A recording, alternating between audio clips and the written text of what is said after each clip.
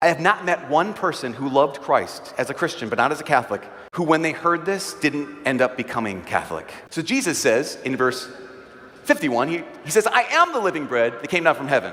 Whoever eats this bread will live forever. And here's the kicker. Here's like the slam dunk. He says, and the bread that I will give is my flesh.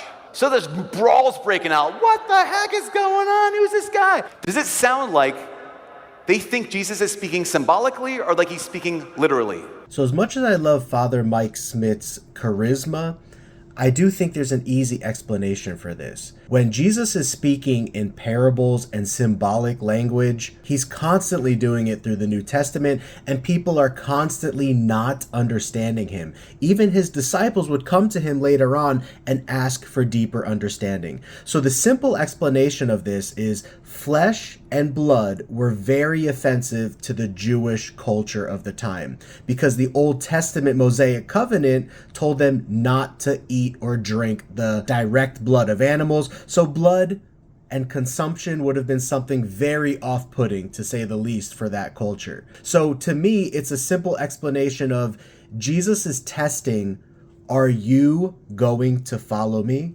even if you don't understand? And I think the question is the same for us today.